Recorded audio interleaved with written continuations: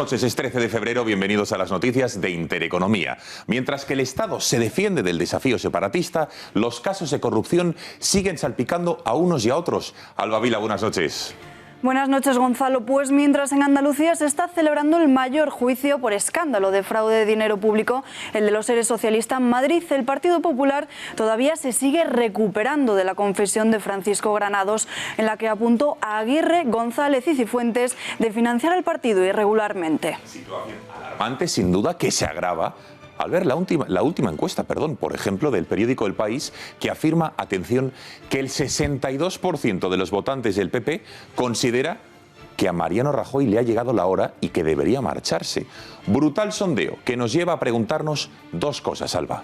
Pues la primera es conocer por qué el país se posiciona tan claramente contra Rajoy, presidente de un gobierno que, recordemos, ha salvado al grupo Prisa de la quiebra, y en segundo lugar preguntarnos sobre quién puede suceder a Mariano Rajoy al frente del partido. 5 son, por tanto, los nombres más destacados: el presidente de Galicia, Núñez Feijóo, la presidenta madrileña, Cristina Cifuentes, Pablo Casado, un hombre de confianza de Aznar y también de Rajoy, algo sin duda inédito, María Dolores de Cospedal, la ministra de Defensa, y por último, la todopoderosa Soraya Sáenz de Santamaría.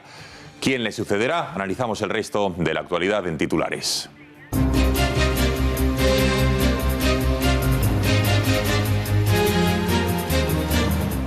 Ver para creer. España tendrá que pagar 50.000 euros a los terroristas de ETA que atentaron en la T4 de Barajas y que se llevaron la vida de 2 personas. El Tribunal Europeo de Derechos Humanos dice que los agentes de la Guardia Civil produjeron tortura y maltrato a los etarras cuando fueron trasladados al cuartel. Detenido en Miami el dueño de la cadena hotelera española Riu por supuesta corrupción. El empresario está acusado de soborno, presuntas compensaciones ilegales a un funcionario, lo que aquí equivale a un delito de cohecho. Ahora mismo está detenido, pero no pasará mucho tiempo en esta condición porque se le va a permitir pagar una fianza de $20.000 y viajar a la residencia que tiene en Mallorca. En la lucha contra el terrorismo islamista, el gobierno de Francia ha presentado a la Policía de Seguridad Cotidiana. En nuestra sección de El Mundo en Guerra vamos a analizar con el analista en seguridad Bruno Navarro el despliegue de más de 1.000 agentes en las zonas violentas donde rige la Sharia en Francia. Y nos preguntaremos si este tipo de zonas no habitables por las personas de un mismo país podrían replicarse en España.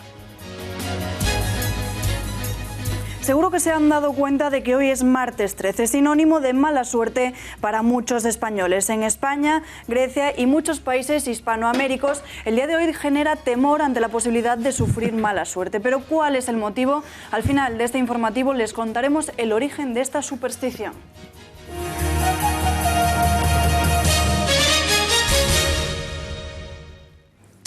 Luis Bárcenas ha entrado en escena en el juicio de la trama valenciana del caso Gürtel. Ha confirmado la financiación irregular en el PP de Valencia, corroborando la declaración de Ricardo Costa, exsecretario general de la formación regional. Asegura Bárcenas que Costa le confesó que había recibido instrucciones para financiar los actos de la campaña con dinero de empresarios. El extesorero confirma así la práctica de financiación irregular en las elecciones municipales y autonómicas del año 2007 y de las generales en 2008. Asignarle facturas a determinadas empresas para que se hiciesen cargo de gastos del partido, eso es. Estaba absolutamente prohibido. Le dijo que él hablaría con Valencia de ese tema, que se ocupaba él del tema. ¿Y no se informaba en ningún caso al secretario general? No, el tesorero nacional tenía una autonomía plena para tomar decisiones. Tenía una relación de amistad con Álvaro Lapuerta, por eso Álvaro quiso llevarlo, presentarlo. Bárcenas confirma la financiación irregular del PP valenciano, mientras que en Madrid siguen coleando las declaraciones explosivas de Francisco Granados de ayer lunes. Apuntaba, recordamos, entre otros, a Cristina Cifuentes.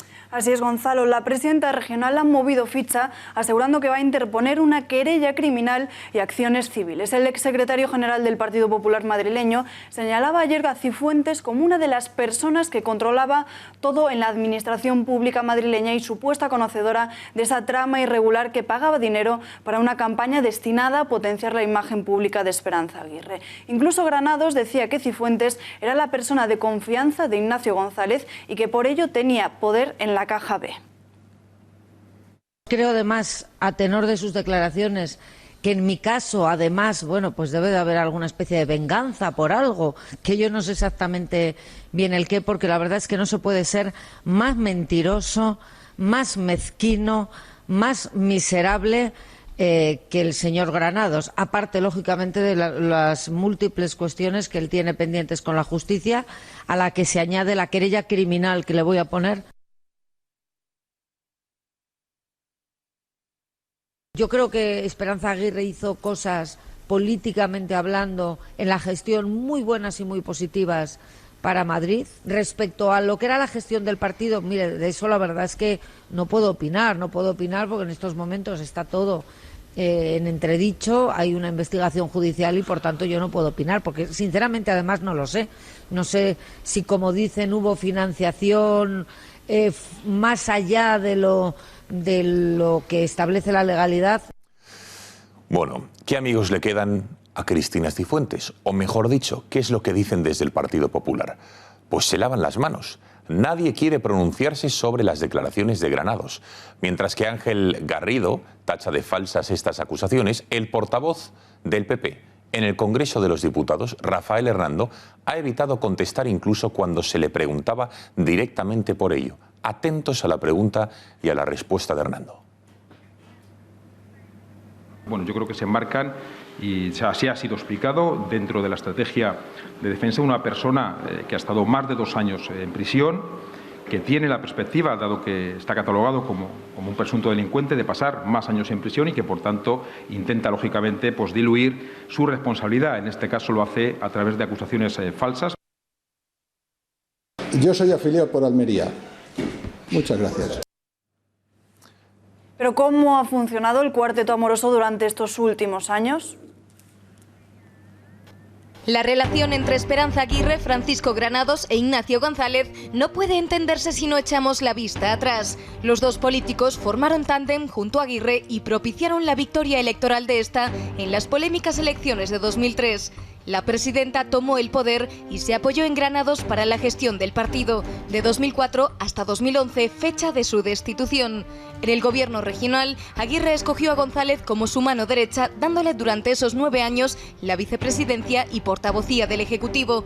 Parecía todo un idilio hasta 2011. En mayo, Aguirre vuelve a ganar las elecciones y decide prescindir de Granados como consejero. 6 meses más tarde, en noviembre, le destituye como secretario general del partido por pérdida de confianza. Eso supone que el partido en Madrid debe tener, en fin, otro impulso y que en consecuencia pues piensa que la persona indicada para esta nueva etapa es Ignacio González. Granados decía irse con la cabeza alta, pero no dijo que se fue humillado y dolido con quien fue su jefa durante tanto tiempo. Le desterraron al Senado, una puñalada que abrió una herida que aún supura. Por un lado, esta decisión hizo a Aguirre y a González inseparables. Pero por encima de eso está una relación personal que está por encima de la relación política de tantos años y esa va a primar siempre por encima de cualquier otra cosa. Hasta el punto de poner la mano en el fuego por él. Que ha sido un magnífico presidente porque tiene un historial absolutamente intachable y porque las insinuaciones que hablan de que recibió como regalo su piso en Estepona, pues él ha demostrado, como no ha demostrado ningún político, de dónde sacó el dinero, cómo lo compró. O de llegar a llorar en público por su fiel amigo. Si es culpable, para mí, que he puesto mi confianza en él durante tantísimos años, es un palo verdaderamente muy relevante. Y por el otro lado, convirtió a Ignacio González en el principal rival de Granados dentro del partido. La enemistad entre ambos es de sobra conocida, como contratar a detectives privados para espiarse entre ellos. Y quizás por eso también Granados no ha querido dejar ni un cabo suelto y ha puesto el nombre de Cristina Cifuentes sobre la mesa. Le acusa de ser el brazo ejecutor de González, además de conocer toda la supuesta financiación ilegal. Es la única que sobrevive por ahora y además Cifuentes siempre ha apoyado a quien le hizo caer. Esperanza Aguirre no ha incumplido el código ético que tenemos en el Partido Popular, ni ella está inmersa ni es objeto de ninguna investigación judicial y de ninguna causa judicial. Finalmente, Aguirre terminó quemándose la mano por González. Y ahora me siento engañada y traicionada. No vigilé más. y reconociendo que no eligió bien a su círculo de oro. Pues resulta que he nombrado a más de 500 altos cargos. Y al haber nombrado a más de 500 altos cargos, 2 me han salido rana. Bueno, lo de Francisco Granados es un brote de sinceridad o es una estrategia de defensa.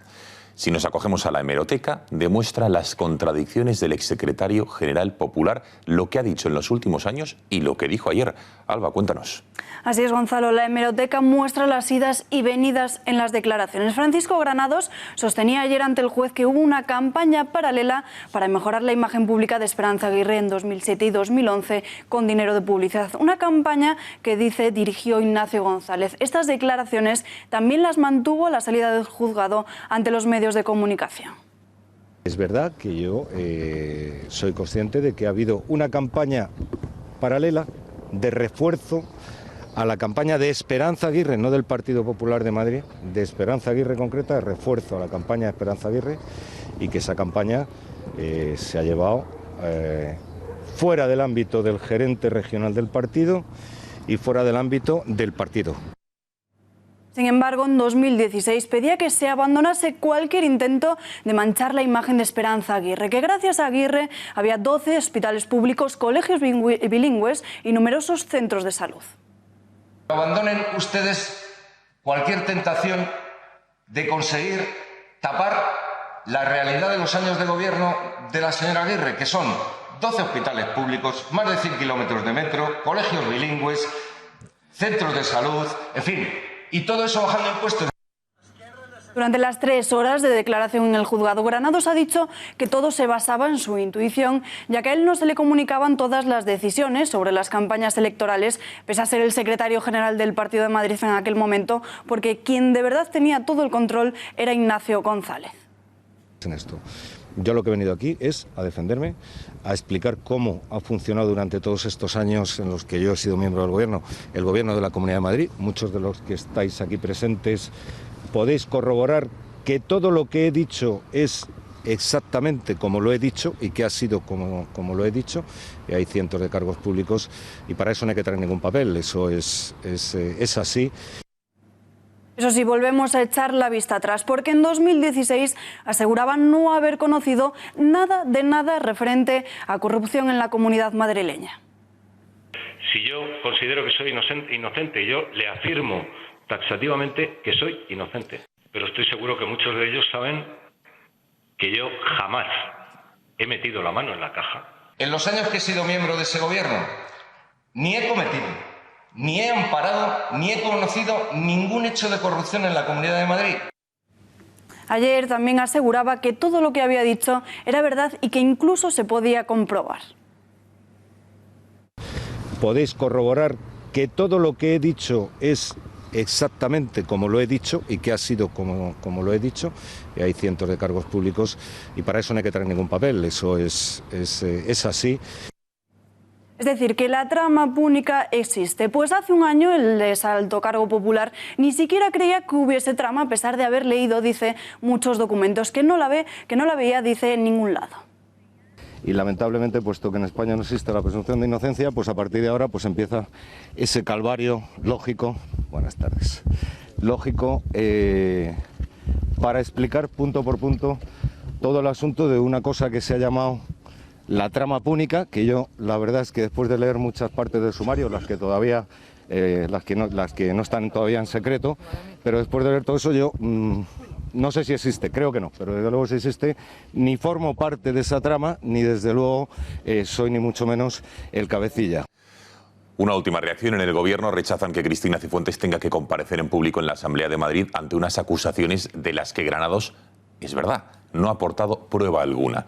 El ministro de Justicia denuncia que se realicen acusaciones sin poder acreditarlas. La presidenta de la comunidad comparecerá, como lo hace cada semana, en los distintos formatos que se llevan a cabo en la Asamblea. Ahora, para responder a las acusaciones no acreditadas de una persona que está en un proceso penal, a mí me parece que no es el formato adecuado.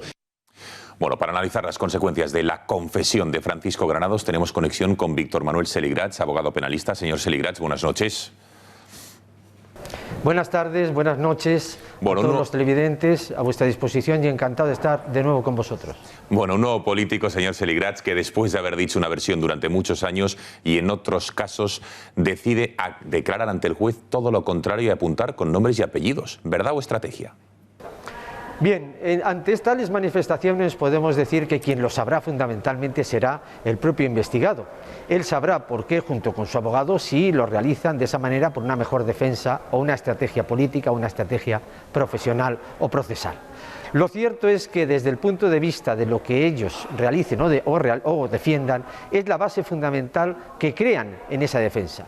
Nuestra manifestación es de carácter orientativo y no limitativo, pero de cualquier forma lo que importa es que el juez o el tribunal, cuando enjuicie tal situación, verá las pruebas, que es la reina de todo procedimiento. Las palabras se las lleva el viento, las estrategias pueden tener una base mayor o menor, pero lo importante y la reina, como he dicho anteriormente, de todo juicio es la prueba, y ahí es lo fundamental para cualquier condena o absolución, o bien apertura de juicio oral o bien archivo de la causa. Entonces, ¿a quién creer, señor Seligrats? ¿Al Granados de ahora o al que durante años, en entrevistas y ya desde la cárcel, confesaba todo lo contrario a lo que decía ayer? Yo creo que en este caso se debe de creer a la verdad, a la demostración de esa verdad. Esa es la realidad de a quién se tiene que creer, no lo que se diga antes o se diga después. No hay que olvidar, estimados televidentes, que desde el punto de vista profesional, jurídico, procesal, de un investigado o de un acusado, se tiene derecho a no decir la verdad. E igual que un testigo, cuando miente, puede ser condenado por falso testimonio, un acusado o un investigado tiene el derecho de no contestar establecido en la Constitución, o incluso, si se me permite la expresión de un lenguaje coloquial, hasta tiene derecho a mentir. En consecuencia, esa es otra base de defensa que puede realizarse desde el punto de vista de un enjuiciamiento penal. Pero reitero, lo fundamental en todo proceso, sea civil, penal, administrativo o desde el punto de vista jurídico-laboral también, es la verdad. ¿Y cómo se demuestra la verdad? Con la prueba. La prueba es la que dice y manda en todo proceso si es una estrategia adecuada o no lo es, si ha lugar o no lo que se pide o lo que se desestime al respecto. Entonces, señor Seligrats, al hilo de lo que decía el ministro, ¿se puede injuriar sin aportar pruebas? Es decir, ayer Granados encendió el ventilador, pero no aportó prueba alguna de lo que decía. ¿Cómo se regula esto?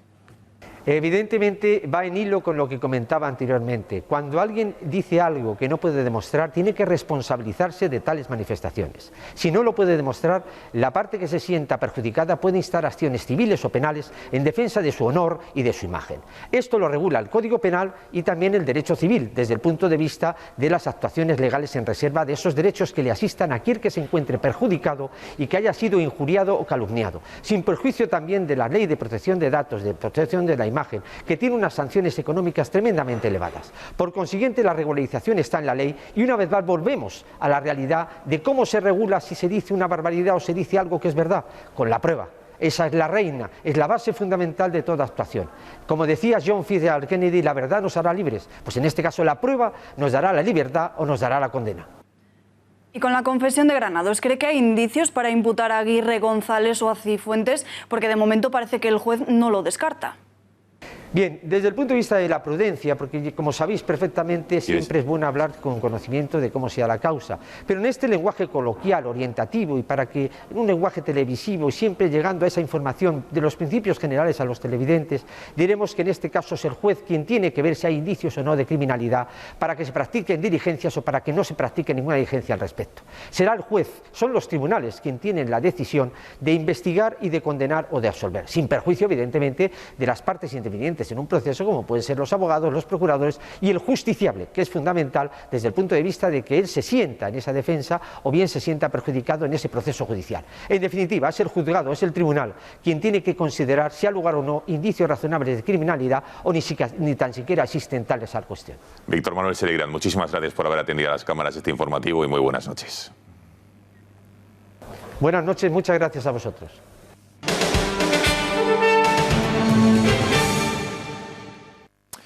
Más asuntos. Atención a esta noticia que demuestra lo injusta y ciega que es la justicia europea.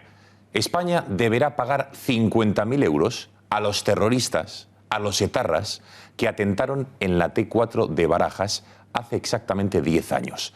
Tras ser detenidos en aquel 2008, los terroristas denunciaron torturas y maltrato por parte de la Guardia Civil cuando fueron trasladados. En un primer momento los agentes fueron condenados y después el Supremo anuló la condena. Los miembros de ETA llevaron este asunto ante el Tribunal Europeo de Derechos Humanos y ahora Estrasburgo les da la razón y condena a nuestro país.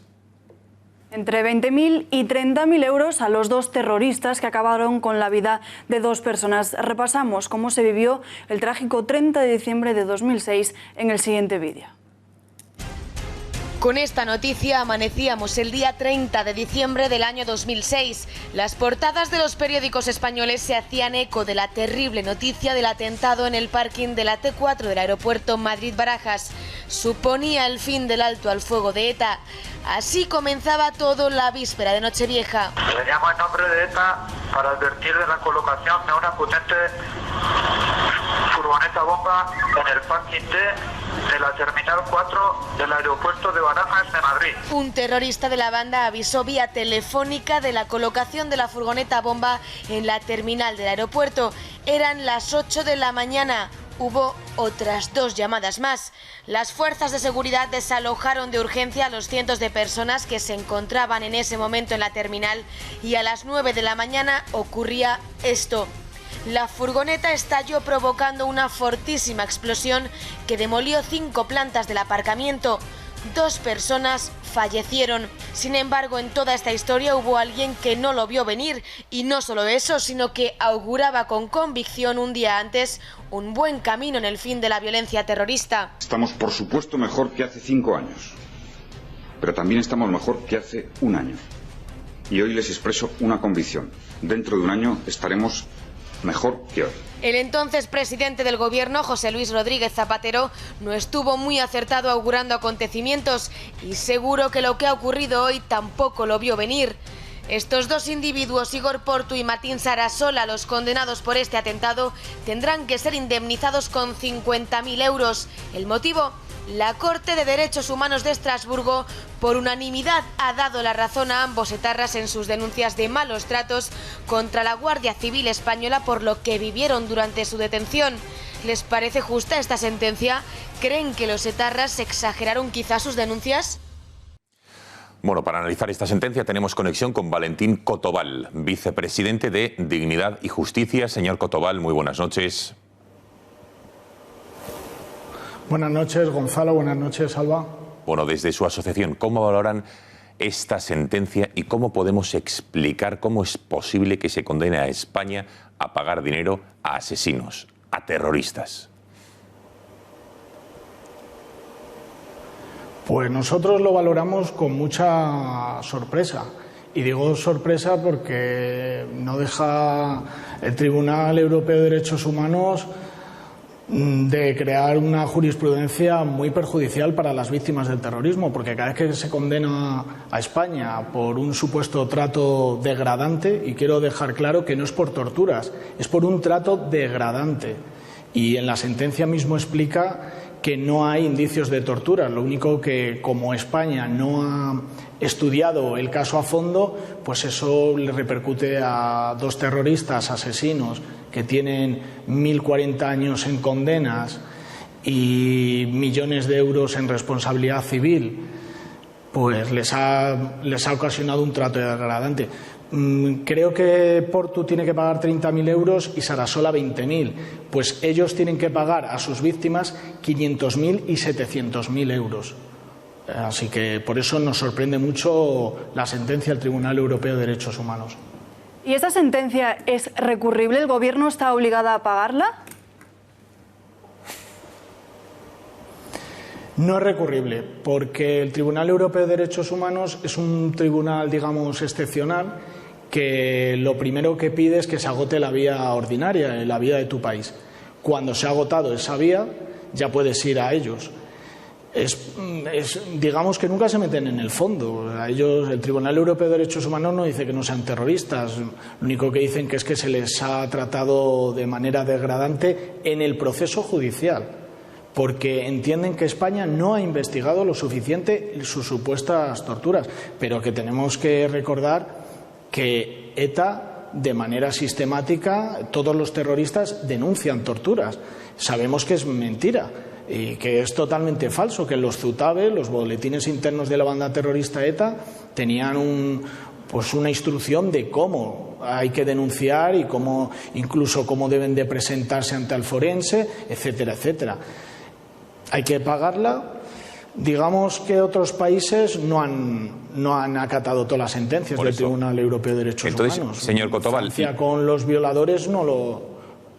Por eso le iba a preguntar, señor Cotobal, ¿qué es lo que ocurre con Estrasburgo? Que no cesa, digamos, entrometerse en asuntos de la justicia española y casi siempre para mal o para ir en contra de los intereses de las víctimas y de los inocentes. Lo primero que hay que dejar claro que en Estrasburgo hay de todos menos... En el Tribunal Europeo de Derechos Humanos de Estrasburgo hay de todo menos magistrados, que no son jueces de carrera, la mayoría. Y eso es muy importante, porque rebatir una sentencia de nuestro Tribunal Supremo y de nuestro Tribunal Constitucional en una democracia, en un Estado de Derecho como es el español, es complicado. Se argumenta muy bien. Y lo que pasa que es otro terreno, es Europa, y en Europa está Bildu, tiene europarlamentarios, y ahí lamentablemente muchos partidos políticos que son amigos de los terroristas, los hemos visto, y hacen mucha presión sobre este tribunal. Y es lo que está pasando. Ellos están jugando la partida ahora mismo allí en Europa. Víctor Valentín Cotobal, de Dignidad y Justicia, muchísimas gracias por haber atendido la llamada de este informativo, a las cámaras de este informativo, y muy buenas noches. Muchas gracias a vosotros. Bueno, y aprovechando esta sentencia del Tribunal Europeo de Derechos Humanos de Estrasburgo, me gustaría que vieran un tuit de Arnaldo Otegi en el que dice lo siguiente.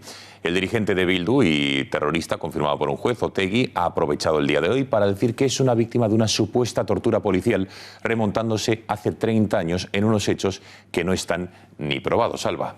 Así es, Otegi se sirve de Twitter, como decimos, para narrar esta historia. Un hilo de 6 mensajes en los que asegura: me pusieron una camisa de fuerza y me sumergieron una y otra vez en la bañera. Me la practicaron continuamente hasta perder el conocimiento. Asegura también que se produjeron descargas eléctricas, golpes y amenazas. Bueno, y este martes el Congreso de los Diputados ha debatido una proposición no de ley presentada por Ciudadanos para crear una comisión de investigación sobre los atentados de Barcelona y de Cambrils del pasado mes de agosto. La formación liderada por Albert Rivera demanda ver qué mejoras pueden llevarse a cabo en la lucha antiterrorista. Cruce de reproches y acusaciones contra Ciudadanos. El PP ha pedido al Partido Naranja que retire su propuesta, mientras que el PSOE les acusa de hacer partidismo. Más allá de las luchas partidistas, lo que está claro es que los atentados de agosto pasado han dejado muchísimos interrogantes que, sin lugar a dudas, deben resolverse.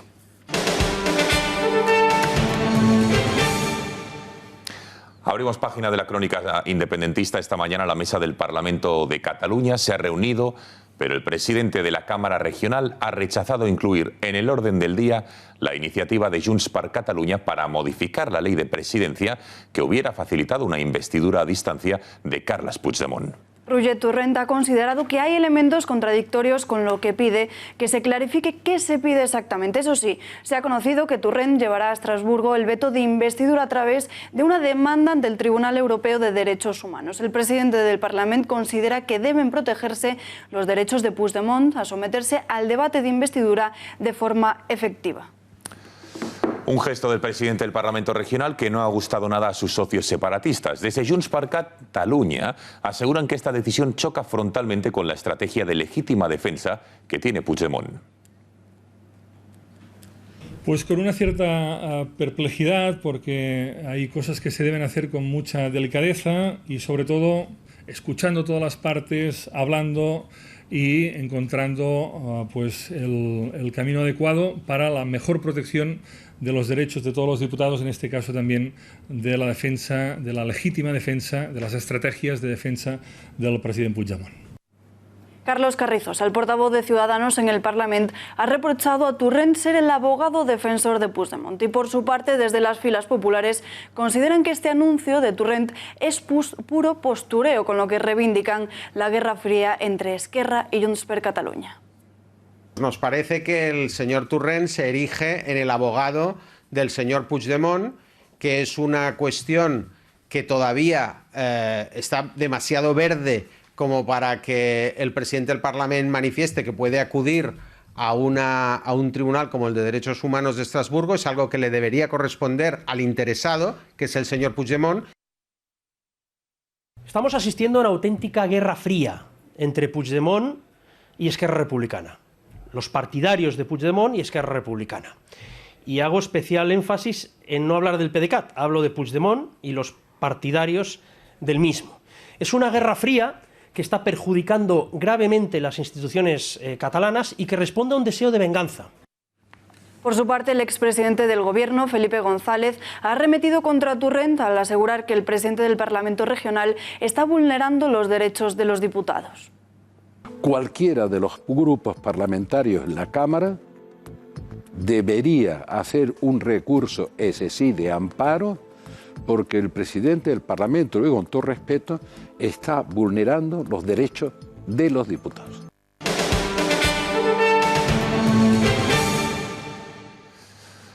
Más asuntos de la crónica política. Las encuestas no solo señalan el auge de Ciudadanos en intención de voto, sino que también muestran cómo dentro del propio Partido Popular muchos de sus votantes piden a Mariano Rajoy que se eche a un lado. Según El País, el 62% de los votantes populares considera que Rajoy debería dar paso a otro candidato. Mismo sondeo que refleja que, preguntados a votantes de otros partidos, el rechazo a Rajoy asciende al 85% de los electores. Son varias las preguntas que suscita esta encuesta. La primera es la intención que tiene el periódico El País, del Grupo Prisa, en publicar este sondeo tan negativo sobre Mariano Rajoy. Y la segunda, conocer quién sería un buen sucesor en el PP del presidente del Gobierno. Tenemos conexión en directo en 5 puntos diferentes de nuestra redacción para conocer las 5 posibles caras que podrían sustituir a Rajoy. El primero de ellos, el presidente de Galicia, Alberto Núñez Feijóo. Pros y contras del líder gallego. María Matos, muy buenas noches. Buenas noches. Pues parece ser que el nombre de Feijóo es de los que más suenan a la hora de suceder a Rajoy. ¿Cuáles son sus puntos fuertes? Pues, por ejemplo, esa gran experiencia que tiene a la hora de gobernar, ya que lleva 9 años al frente de la Xunta de Galicia y otros 12 liderando el Partido Popular en esa comunidad. También ha sido el único candidato que se ha presentado a 3 elecciones y que las ha ganado, y aún encima con mayoría absoluta. También ha sido capaz de frenar el auge de Ciudadanos en esa comunidad. De hecho, no han conseguido ni una sola representación parlamentaria. Y quizás lo que más guste es que está apartado de toda esa corrupción que se le asocia al viejo Partido Popular. Pero ¿qué es lo que tiene en contra? ¿Qué es lo que puede llegar a frenarle? Pues, por ejemplo, que está bastante alejado de esos valores que defiende el Partido Popular, de esos valores que defiende la derecha, que Galicia ha sido una de esas comunidades autónomas en las que primeramente se ha aprobado la ley LGTBI, y que quizás Feijóo ha podido coquetear con el nacionalismo a la hora de querer imponer el gallego en las administraciones. Gracias, María. Buenas noches. Y nos vamos hasta otro punto de la redacción, porque allí se encuentra Javier Torres. El nombre de la presidenta de la Comunidad de Madrid, Cristina Cifuentes, también suena muy fuerte entre las filas populares para relevar a Mariano Rajoy. Buenas noches. Buenas noches. Los pros de Cristina Cifuentes es su experiencia en temas de gobierno. Lleva 3 años al frente de la Comunidad de Madrid.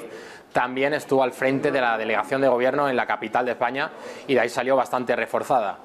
Su aplicación de políticas liberales, se trata también de una de las figuras que es de los mayores azotes de la corrupción dentro del Partido Popular, y su capacidad de llegar a acuerdos, por ejemplo, en un futurible pacto con el Partido Ciudadanos de Albert Rivera en un futurible gobierno. Por su parte, los puntos negros de Cristina Cifuentes se pueden resumir en la sombra de sospecha que introdujo ayer Granados en su declaración contra ella. También que se trata del ala más progresista o más hacia la izquierda dentro del Partido Popular, puesto que se trata de una persona que ha defendido abiertamente el matrimonio homosexual o, por ejemplo, el aborto. Muchísimas gracias, Javier. Vamos hasta Pablo Casado, el actual vicesecretario de Comunicación del Partido Popular, que también se postula, o le postulan, para sustituir a Mariano Rajoy. Es curioso, porque digamos que podría decirse que es un delfín de Aznar, pero forma parte del círculo de confianza de Mariano Rajoy. En otro punto de la redacción, ya la vemos, está nuestra compañera Fátima García Manzano. Fátima, adelante, muy buenas noches. Cuéntanos cuáles son los pros de Casado. Buenas noches. Pablo Casado también podría ser uno de los posibles sucesores de Mariano Rajoy. ¿Y por qué? Pues porque representa esa regeneración democrática que tanto apelan partidos como Ciudadanos y Podemos, sobre todo ahora que Rajoy parece ser sacado de otra época de la política. Además tiene buena oratoria, buena presencia física y no solo eso, porque también es el guardián de los valores tradicionales. Representa un partido de derechas, tradicional, pro vida, y no solo eso, ha conseguido ser un hito. ¿Por qué lo decimos? Porque está también valorado tanto por el sector, por los afines de Mariano Rajoy, como por los afines de José María Aznar. Sin embargo, hay dos aspectos negativos que queremos señalar de la candidatura, de la posible candidatura de Pablo Casado para ser el sucesor de Mariano Rajoy. La primera de ellas es su inexperiencia en el gobierno, aunque su nombre aparece en todas las rifas, bien para ser el candidato a la alcaldía de Madrid o bien incluso fue señalado como el posible sucesor de Juan Vicente Herrera en Castilla y León, no ha conseguido llegar a un cargo de esta relevancia. Y en segundo lugar, fue uno de los políticos que no respetó la presunción de inocencia en el caso de, por ejemplo, de Rita Barberá o de algunos compañeros de partido que han sido imputados por corrupción, algo que por dentro del partido no fue visto con buenos ojos. Gracias, Fátima. Y vemos ahora otro nombre, Soraya Sáenz de Santamaría. Es la vicepresidenta del Gobierno que muchos españoles reclaman para ocupar el cargo de Rajoy. Patricia Tenorio, ¿cuáles son los puntos a favor y en contra de la vicepresidenta? Buenas noches. Buenas noches. ¿Y quién más se postula para sustituir a Mariano Rajoy en la Moncloa? Pues una mujer de nuevo, y esta vez de armas tomar. Hablamos de Soraya Sáenz de Santamaría, que tiene muchos pros, pero también muchos contras. Vamos a verlos. La parte positiva, vamos a decir, que es la mano derecha del presidente del gobierno actual, su fiel apoyo, su máximo apoyo, su confidente. Esa es Soraya Sáenz de Santamaría. También otro de los puntos fuertes de Soraya, que es la vicepresidenta del gobierno durante 7 años, y es su punto más importante de ese currículum. También tiene gran capacidad de oratoria, lo demostró en ese debate a 4 en el que sustituyó a Mariano Rajoy y se enfrentó a los otros candidatos, a Albert Rivera, Pedro Sánchez, Pablo Iglesias, pero también ese poder de oratoria lo demuestra a diario en el Congreso de los Diputados cuando se enfrenta al resto de diputados de la Cámara. Y por último, ese talante negociador, pero no todo es positivo en Soraya Sáenz de Santamaría, también tiene su parte mala, sus contras, y por ejemplo la responsabilidad en la gestión del desafío separatista. Mariano Rajoy le dijo: ponte un despacho en Barcelona, intenta negociar, intenta hablar con los separatistas. ¿Y cuál fue el resultado? Un golpe de Estado a la democracia, un fracaso. Otro de los contras de Soraya Sáenz de Santamaría es que es una mujer sin ideología.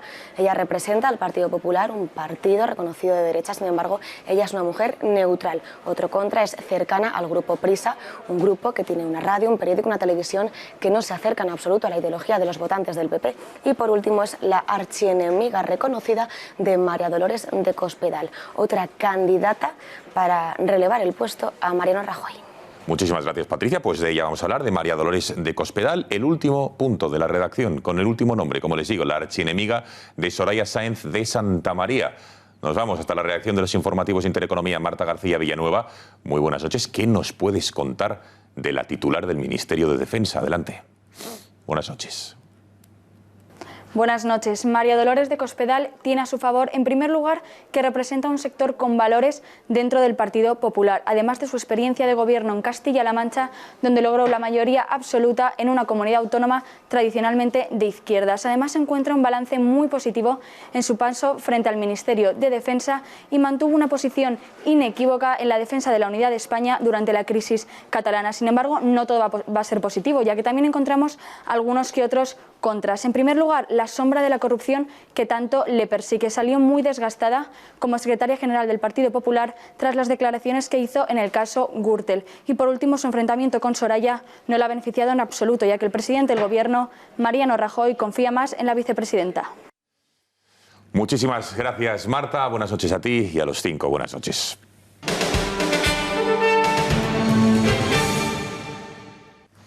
Más asuntos de la actualidad. Un año más tenemos que lamentar un nuevo ataque a los sentimientos religiosos absolutamente intolerable. Así es, la gala Drag Queen del Carnaval de Las Palmas se ha mofado de la última cena, y es que el ganador del año pasado ha despedido la gala haciendo de Jesucristo rodeado de 12 apóstoles. Conectamos en directo con nuestra redacción de La Gaceta. Abogados Cristianos se está preparando una querella, ¿no es así? Rosa Cuervas, muy buenas noches. Buenas noches. Pues efectivamente la Asociación de Abogados Cristianos ha pedido respeto para todos, que el carnaval pueda ser un acto para todos los públicos, para todas las sensibilidades, después de esta nueva ofensa a los sentimientos cristianos. Se preguntan también los abogados de esta asociación si serían capaces los responsables de estas actuaciones de meterse con los sentimientos religiosos de los musulmanes, con una parodia, por ejemplo, de Mahoma. Hay que recordar que esta de la pasada noche no es la primera ofensa de este drag queen, de Draxeldas, ya que el año pasado apareció travestido de la Virgen María y parodiando también a Jesucristo. Esa denuncia no está archivada, como dicen muchos medios, está pendiente de recurso, porque si bien el juzgado de primera instancia la archivó por considerar que no se ofendían los sentimientos religiosos, la Asociación de Abogados Cristianos recurrió y la audiencia admitió a trámite ese recurso, así que está todavía abierta. Respecto a esta segunda mofa, esta segunda parodia de la pasada noche, este drag queen parodiando la Última Cena, rodeado de 12 apóstoles, por llamarlos de alguna manera, y de Jesucristo. Una nueva ofensa, dicen desde esta asociación, que no comprenden y van a estar muy pendientes para ver si realmente entra en ese o está tipificado como delito de ofensa a los sentimientos religiosos. Una nueva ofensa después de que Estrasburgo, el Tribunal Europeo de Derechos Humanos de Estrasburgo, tan de moda hoy, haya amparado el uso publicitario de imágenes que aluden o que recuerdan a la Virgen María y a Jesucristo. Malas épocas, desde luego, para la sensibilidad cristiana. Muchísimas gracias, Rosa. Buenas noches. Ya saben, sigan la información en la Gaceta. Bueno, Javier Torres, buenas noches. ¿Qué tal, Gonzalo? Buenas noches. Venimos de una polémica y vamos a otras porque, desde luego, Carmena nos sigue sorprendiendo. Carmena nos sigue sorprendiendo en esta ocasión por dos motivos. El primero, porque posó con los autores de un libro, Los hechos del 1 de octubre, así se titula el libro, en el que participan, por ejemplo, Ana Gabriel y también el exdiputado de ERC, Josep Lluís Carod Rovira. En este libro, bueno, se enjuicia la actuación policial del 1 de octubre, se habla de que la policía y la Guardia Civil, pues, representaron ese día el alma española como alma franquista y alma nazi. Y Carmena, pues, hace 2 semanas estuvo en Cataluña en un acto y se hizo una foto con un diputado de la CUP que portaba el libro. Además, Gonzalo, además de lo que estamos contando de este libro en el que se arremete contra las fuerzas de seguridad del Estado, Carmena, hemos conocido que la radio municipal se ha gastado, el ayuntamiento, 326.000 euros más de lo que estaba presupuestado para esta radio municipal, que tiene 1 año y medio de vida y que nos ha costado a los madrileños 1,3 millones. Si te parece, vamos a ver el vídeo con toda esta información. Venga. Manuela Carmena vuelve a ser objeto de la polémica. La alcaldesa de Madrid posó con un concejal y otro exedil de la CUP el pasado 2 de febrero que portaban el libro Los hechos del 1 de octubre. En el libro, en el que han participado Ana Gabriel y Josep Lluís Carod Rovira, entre otros independentistas, se pueden leer frases como: la impunidad con que campa la agresividad institucional ha permitido que surja a la superficie un alma no solo franquista española, sino también nazi. El libro hace un retrato exagerado de los hechos acaecidos en Cataluña durante el referéndum ilegal del pasado 1 de octubre. Los autores de la obra sostienen que la actuación policial se hizo con un salvajismo de odio étnico acumulado durante siglos. Pero ahí no queda la cosa, porque el Ayuntamiento de Madrid vuelve a ser protagonista de otro escándalo. La radio municipal, impulsada por Manuela Carmena, ha costado 326.000 euros más de lo presupuestado, en total 1,3 millones de euros. Pero tras 1 año y medio en circulación, la emisora apenas tiene más de 400 oyentes diarios.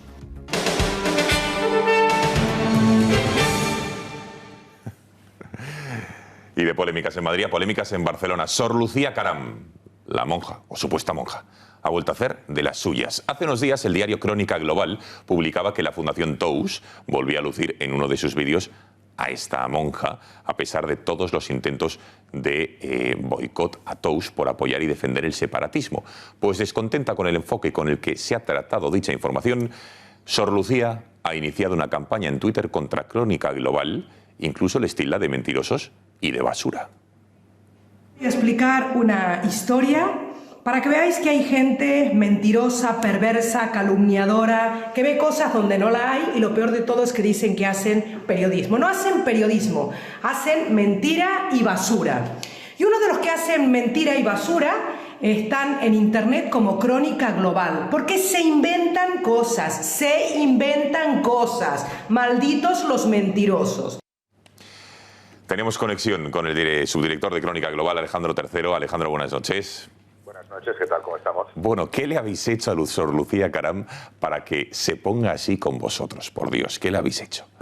Pues nosotros también nos lo preguntamos. La verdad es que somos los primeros sorprendidos de la reacción que ha tenido la religiosa, porque simplemente, teóricamente, es una respuesta de indignación ante una noticia en la que no hacíamos más que recoger que simplemente sigue estando promoviendo una obra social absolutamente aplaudible, ¿no? Pues, decirlo de alguna forma, pero que estamos, digamos, que se mezcla además con un grupo de personas que son de reconocida activismo independentista, ¿no? Simplemente hemos sacado a la luz, ¿no?, que el titular de la noticia, de hecho, era eso, que Tous volvía a lucir a Sor Lucía Caram pese al boicot sufrido, y recogíamos que estaba volviendo a distribuir vídeos de su fundación, de la Fundación Rosa Oriol, de la que en diciembre pasado se anunció que posiblemente tanto Sor Lucía Caram como sobre todo Elena Rakosnik, la señora, la pareja de Artur Mas y Pilar Rahola, pues iban a ser invitadas a abandonarla, digamos que por las tensiones generadas en este momento, ¿no?, con el independentismo. Al final eso no ocurrió así, siguen formando parte del patronato de esa fundación que se dedica a hacer causas benéficas, pero en este caso pues recordábamos, bueno, que continuaba digamos, la monja independentista, como cariñosamente se la conoce aquí, al frente de esa fundación. Y la respuesta ha sido, como habéis sacado algunos segundos ahora mismo en el informativo, pues absolutamente desproporcionada, ¿no? Nos llama basura en repetidas ocasiones, mentirosos, nos dice que no nos merecemos ni el título de periodistas, y que, bueno, está absolutamente enfadada e indignada con nosotros, de forma, bueno, ya digo, sorprendente, ¿no?, su reacción. Son 4 minutos que invitamos a los espectadores a que lo vean, que tenemos el vídeo colgado en nuestra página web, en Crónica. Sí, muy caritativa esta respuesta, sin duda, Alejandro. Y es absolutamente increíble, ¿no? Incluso en las redes sociales, la verdad, la respuesta que ha tenido ha sido pues muy crítica hacia ella y hacia su posición, ¿no? Y le recuerdan en algunos casos que digamos que la soberbia no es muy compatible seguramente con la soberbia que muestra, ¿no?, en esta respuesta, pues seguramente no es muy compatible con su condición de religiosa católica, ¿no? Alejandro III, muchísimas gracias por haber entrado en este informativo y habernos contado lo que esta monja independentista argentina piensa de vosotros. Gracias y buenas noches. Gracias a vosotros, un saludo, buenas noches.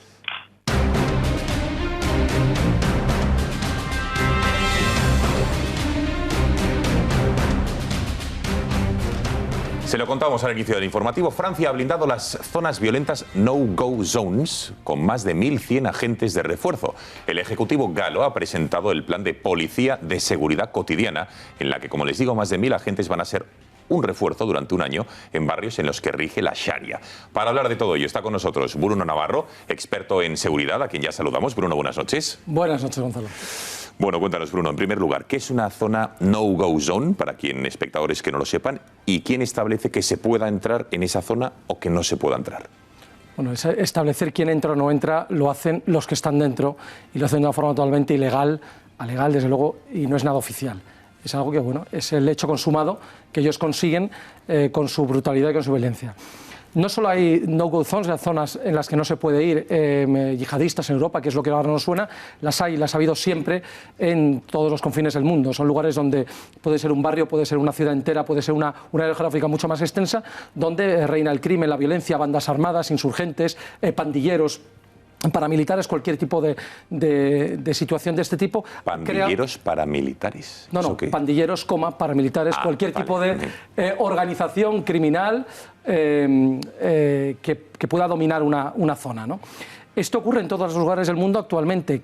¿Cuál es la diferencia? La diferencia es que en Europa nos habíamos librado. A lo largo de estos últimos siglos, pues hemos ido avanzando en nuestra sociedad y nos hemos librado de estas zonas. Y ahora volvemos, hay una segunda etapa de estas zonas que vuelven a Occidente, vuelven especialmente a Europa y vuelven exclusivamente islamistas o yihadistas, como se quiera llamar. ¿En qué consisten? Son lugares donde los no musulmanes son expulsados, donde las mujeres tienen que ir tapadas, donde no hay comercios donde se venda comida que no sea halal, donde los niños son incluso... Halal. Sí, que es la comida que ellos pueden comer porque se ha sacrificado de la forma adecuada. Por lo tanto, son comercios que requieren este tipo de carne, ¿no? Los niños son educados fuera del sistema escolar, incluso del país en el que están. La actuación de las fuerzas de cuerpo de seguridad es casi inexistente y en ocasiones se limitan a escoltar a las unidades de emergencias, porque si no, estas unidades de emergencia, estas ambulancias no entrarían, ¿no? En definitiva, desaparece la ley y el Estado de Derecho y la figura del Estado dentro de esas zonas. ¿Y qué acaba de decidir Francia? Es decir, además del despliegue de estos miles de agentes en estas zonas, ¿qué otras medidas está buscando Francia o va a hacer Francia para combatir el yihadismo? Pues poco más, un aumento de policías que ya se hizo hace unos años y al poco desapareció. Esto es una especie de policía de proximidad. Y lo único es una ley que están preparando ahora que quiere atajar esa subida de migración tremenda que están teniendo, que es la que provoca al final esa entrada masiva de migrantes, la que provoca las no-go zones. Han tenido 100.000 peticiones de asilo solamente en 2017, un récord histórico en Francia, y va subiendo a un ritmo de entre el 7 y el 25% cada año. Ya hay más de un 8%, se encaminan al 9% de musulmanes en el país y tienen cientos de no-go zones. Para esto, aparte de este aumento de policías, que en el fondo no es una solución ni a medio ni a largo plazo que vaya a solucionar nada, esta ley de inmigración lo único que hace es permitir que la retención de aquellos que pueden ser expulsados o entrar irregularmente sea de más tiempo para que no salgan a la calle y puedan perderse antes de que sean efectivamente expulsados. Luego podrán estar hasta 135 días retenidos en los centros de internamiento como tenemos en España. Y el otro dato es que lo que hacen es acortan los plazos de apelación que tiene el expulsado antes de ser expulsado, con lo cual se les puede expulsar más rápidamente. Esto, desde luego, bueno, pues no creo que sea tampoco para para pensar que va a solucionar el problema, ¿no? Vamos a ver, Bruno. Estamos viendo que Macron está aplicando, digamos, algunas de las políticas antiterroristas o de luchas contra estas zonas donde rige la Sharia, digamos, este islamismo radical. ¿Qué es lo que está ocurriendo? Porque era el plan casi electoral de formaciones como el partido de Marine Le Pen, y ahora Macron, un liberal, un Ciudadanos a la francesa, está aplicando. ¿Se está perdiendo el respeto contra el yihadismo y hay más determinación para acabar con él en Francia? Mi opinión es que absolutamente no. Es decir, Macron lo que está haciendo es una política de mínimos, no está aplicando realmente el programa de Le Pen, sino algunos puntos del programa de Le Pen o algunas variantes de esos puntos, con lo cual no aplica el programa, simplemente los mínimos para mantener el voto de aquellos que esperaban un cambio respecto a las políticas socialistas, pero que tampoco quieren llegar a más. Por lo tanto, es un lavado de cara, da una impresión de fuerza, pero como he dicho antes, no hay fuerza detrás, no hay nada ni en esta ley ni en la siguiente que viene que sostenga que esta deriva de Francia vaya a cambiar. Todo lo contrario, va a seguir aumentando este porcentaje, aumentarán las no-go zones y creo que la situación va a ser todavía peor. Una última cuestión, Bruno, nos interesa mucho su opinión como experto en seguridad. Estuvo aquí un experto en espionaje de Israel que nos planteó dos posibilidades para luchar contra el terrorismo que se produce en estas no-go zones. En primer lugar, era vulnerar los derechos constitucionales, entrar en estas zonas con espionaje, pinchando las líneas y vulnerando los derechos de muchos franceses que viven ahí, o arriesgarnos, cumplir escrupulosamente la ley y arriesgarnos a lo que luego pueda venir, que es la preparación de atentados y que luego se produzcan. ¿Usted con cuál de las dos o cuál de las dos maneras cree que es más eficiente para luchar contra lo que ahí se puede producir? Pues ni con una ni con otra, que ni con un término medio. Ninguna de las dos lo va a solucionar. Vulnerar la ley nosotros mismos para conseguir algo que podemos conseguir legalmente, al final sobre lo que hay que actuar es sobre la demografía. Si no se actúa sobre la demografía, estamos perdidos, en Francia o en cualquier otro lugar. Bruno Navarro, ha sido un placer tener esta noche en el Gatalagua. Me alegro de retomar esta sección, por lo menos a lo que a un servidor respecta. Así que gracias, buenas noches y nos vemos la semana que viene. Y nos vemos.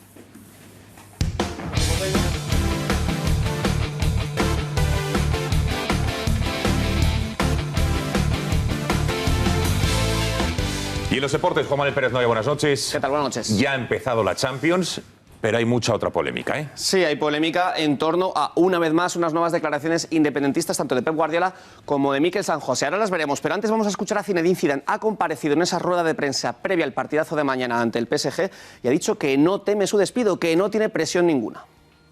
Nosotros no tenemos ninguna presión en el sentido que nosotros es al revés. Estamos contentos de poder hacer estos estos partidos. Nosotros vivimos y queremos jugar estos partidos. Lo que queremos es que estén muy orgullosos de nosotros, nada más, y nosotros lo vamos a dar todo. Y yo creo que la afición siempre va a estar con el equipo, como siempre ha sido, mismo cuando las cosas se ponen un poco complicadas. Bueno, pues hablábamos de esas declaraciones polémicas de Pep Guardiola. Este que estamos viendo es Zidane, pero Pep Guardiola también ha hablado. Ahora mismo su equipo, el City, va ganando en Basilea 0-3. Tiene muy fácil, después de este resultado, pasar a la siguiente ronda, a cuartos de final de la Champions. Pero siempre que comparece, siempre que aparece públicamente, lo hace con este lazo amarillo, porque según él, el Estado español tiene retenidos a 4 presos políticos. Más de una vez lo ha dicho. En esta ocasión, en la rueda de prensa previa al encuentro que decimos está jugando ante el Basilea, TV3 le preguntó y una vez más se juntaron el hambre y las ganas de comer. Atentos a cómo habla acerca de la supuesta represión del Estado español. Porten més de 100 dies empresonats, en són massa dies, acusats de rebel·lió i secessió, gent que em sembla que són molt i molt pacífica. Espanta perquè et pot passar a tu, espanta una mica. El primer pas que s'ha de fer com a poble és intentar que aquestes 4 persones deixin d'estar a la presó. Em fa l'efecte que hi ha molt poca humanitat en aquest sentit per part dels encarregats que han posat aquesta gent a la presó. Bueno, 47 veces se puso la camiseta de la selección española Pep Guardiola, incluso ganó un oro olímpico en Barcelona 92. No decía eso entonces cuando jugaba para España. El que sí habla claro, por lo menos eso le honra, es Mikel San José. Sin embargo, resulta curioso que cuando él también viste habitualmente la camiseta de la selección española, se haya desmarcado con estas declaraciones en la revista Panenka. Le leemos, dice que casi todo en la vida es política y que él lleva yendo a la selección española en categorías inferiores desde los 16 años. Entonces ya compañeros procedentes de Madrid le decían que si en el colegio le enseñaban a hacer bombas, y ahora dice, entonces luego esos mismos de Madrid son los que dicen que en Cataluña se adoctrina. No se queda ahí. Dice que el pasado 1 de octubre la mayoría de la sociedad catalana quiso votar llevando simplemente un voto en la mano y que la respuesta policial fue desproporcionada. Y por último, atención, no dice que sea independentista, pero lo insinúa y dice que querer la independencia de, textualmente, Euskal Herria y jugar en la selección no es incompatible, porque al final, según él, Gonzalo Alba, lo que quiere un jugador es jugar grandes torneos. Parece que su intención no es representar a España, sino jugar internacionalmente. Eso y el dinero, que no se nos olvide, Juan Manuel. Gracias y buenas noches. A vosotros.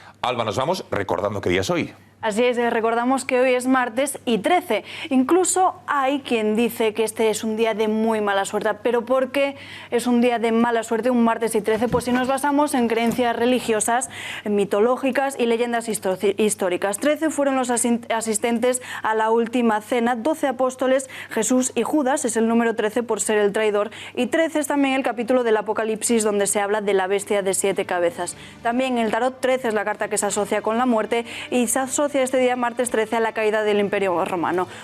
Para la mala suerte para algunos está asegurada en un día como hoy, Gonzalo. Muchísimas gracias, Alba, y a todos ustedes por su confianza. Nos vamos, la información vuelve mañana a las 8:30. Que pasen buena noche. Adiós.